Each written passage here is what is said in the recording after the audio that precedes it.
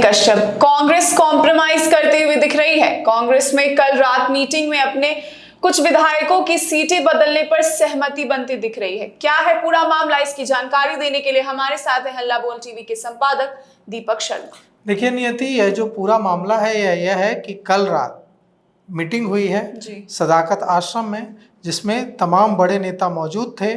इसमें कांग्रेस मुख्यालय में रविवार की रात जो मीटिंग हुई, इसमें सांसद इमरान प्रताप गढ़ी थे, प्रभारी सचिव सुशील पासी थे, राजेश राम थे, शकील अहमद खान थे, मदन मोहन झा थे और कमेटी के दूसरे सदस्य मौजूद थे।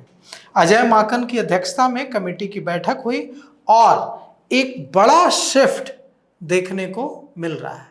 जिद पर अड़ी हुई थी कांग्रेस एकदम कह रही थी कि हमारे जो सिटिंग विधायक हैं वो जहां से 2020 में चुनाव लड़े थे वहीं से इस बार 17 के 17 विधायक चुनाव लड़ेंगे। लेकिन इस मीटिंग के बाद जो चीजें आ रही हैं सामने, उसमें कांग्रेस कॉम्प्रोमाइज करते हुए दिख रही है। कांग्रेस यह तो कह रही है कि हमारे जो 17 सिटिंग विधायक हैं उनको हम सीटें देंगे, लेकिन इस पर सहमत हो रही है कि जरूरत पड़ेगी तो कुछ सिटिंग विधायकों की सीटें बदल सकता है। ये एक बड़ा चेंज दिख रहा है और इससे राष्ट्रीय जनता दल और जो दूसरी जो पार्टियां हैं महागठबंधन की, उनको भी इससे सीधे सीधे सीटों के आदान प्रदान में सहूलियत होगी। कई सीटों पर परिस्थिति बदल चुकी होगी, एंटी इनकम्बेंसी होगी। विधायक कई बार होता क्या है, देखिए विधायक जब होते हैं अपने क्षेत्र से तो कई बार उनके खिलाफ लोगों में नाराजगी भी होती है। अब कोई काम कराने गए विधायक के पास और काम कराने गए तो वहां पर यह हो सकता है कि विधायक जी 5 लोगों का काम कर पाए, 2 लोगों का काम नहीं कर पाए, तो नाराजगी होती है, एंटी इनकम्बेंसी होती है। नया चेहरा आता है तो उसके प्रति फिर नाराजगी नहीं रहती है।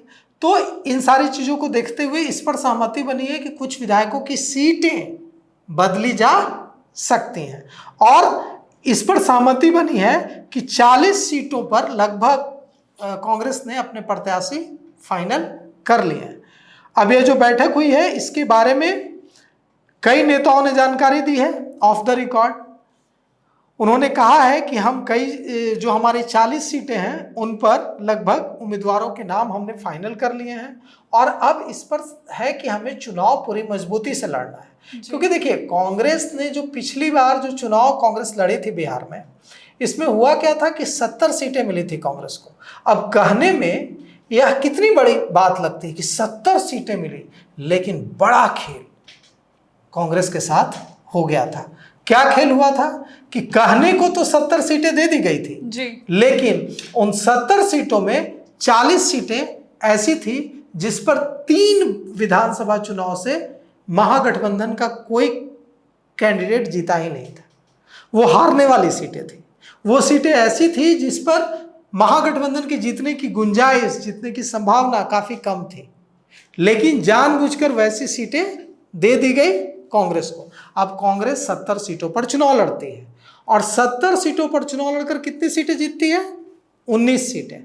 तो कहा जाता है कि राष्ट्रीय जनता दल के तमाम नेताओं ने हमले कर दिए। कहा कि कांग्रेस की वजह से तेजस्वी यादव मुख्यमंत्री नहीं बन पाए क्योंकि कांग्रेस का स्ट्राइक रेट पुअर है, जबकि पर्दे के पीछे का फिर खेल क्या है कि यह जो डेटा है 70 सीटों का, यह डेटा ही गलत है। कैसे कि 70 सीटों में से 40 सीटें ऐसी है जिस पर राष्ट्रीय जनता दल खुद चुनाव लड़ता तो हार जाता, लेकिन वैसी हारने वाली सीटें दे दी गई कांग्रेस को। मतलब कांग्रेस का स्ट्राइक रेट तो बहुत बढ़िया है। आप पूछेंगे कि कैसे आप कह रहे हैं सर कि कांग्रेस का स्ट्राइक रेट बढ़िया है? जो पार्टी 70 सीटों पर चुनाव लड़ती है और 19 सीटें जीतती है उसका स्ट्राइक रेट बढ़िया आप कैसे कह रहे हैं? तो इसलिए बढ़िया कह रहे हैं क्योंकि 70 सीटों पर चुनाव लड़के 19 सीटें जीतती हुई दिख रही कांग्रेस, लेकिन उसमें से 40 सीटों को माइनस कर दीजिए क्योंकि उन 40 सीटों पर तो पिछले 3 चुनाव से कोई जीता ही नहीं, एनडीए का गढ़ रहा है, तो बची 30 सीटें। मतलब कांग्रेस पार्टी 30 सीटों पर चुनाव लड़ी और 19 सीटें जीत गई। तो इससे बढ़िया स्ट्राइक रेट क्या हो सकता है? इससे बढ़िया स्ट्राइक रेट तो कुछ नहीं हो सकता है। तो निश्चित रूप से इस बार कांग्रेस की कोशिश यही है कि ऐसी सीटें हम लें जिन सीटों पर जीतने की संभावना ज्यादा हो। मेरी बात हो रही थी कांग्रेस के जो प्रभारी सचिव हैं शाहनवाज आलम, उनसे मैंने शाहनवाज आलम से पूछा, सदाकत आश्रम में मिल गए वे, उनसे मुलाकात हुई, मैंने उनसे कुछ सवालात भी कर लिए। मैंने उनसे पूछा कि शाहनवाज जी आप तो सेक्रेटरी हैं, प्रभारी सचिव हैं, सह प्रभारी हैं, आप बताइए कि पिछली बार की तरह इस बार भी आप फटे नोट चलाएंगे क्या? तो शाहनवाज जी ने कहा, शाहनवाज आलम ने कहा कि दीपक जी एक बात बताइए कि कोई फटे नोट चलाता है क्या? फटे नोट बिल्कुल नहीं चलाएंगे।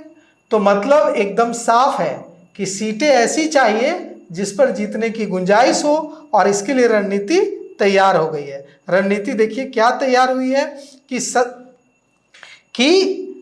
ऐसी सीटें लेंगे जिसमें से जो 13 सीटों पर, पिछली बार 2020 की अगर हम बात करें, आंकड़ों को ध्यान से देखें तो हमें पता चलेगा कि 13 सीटों पर कांग्रेस 10,000 वोटों से, 10,000 से कम वोटों से हार गई थी 13 सीटों पर। वो 13 सीटें कांग्रेस चाहती है। जी बिल्कुल। आप सबके इस मुद्दे पे क्या राय है हमें कमेंट करके जरूर बताएं। फिलहाल इस पेशकश में इतना ही, तब तक के लिए बने रहे हल्ला बोल टीवी के साथ। शुक्रिया।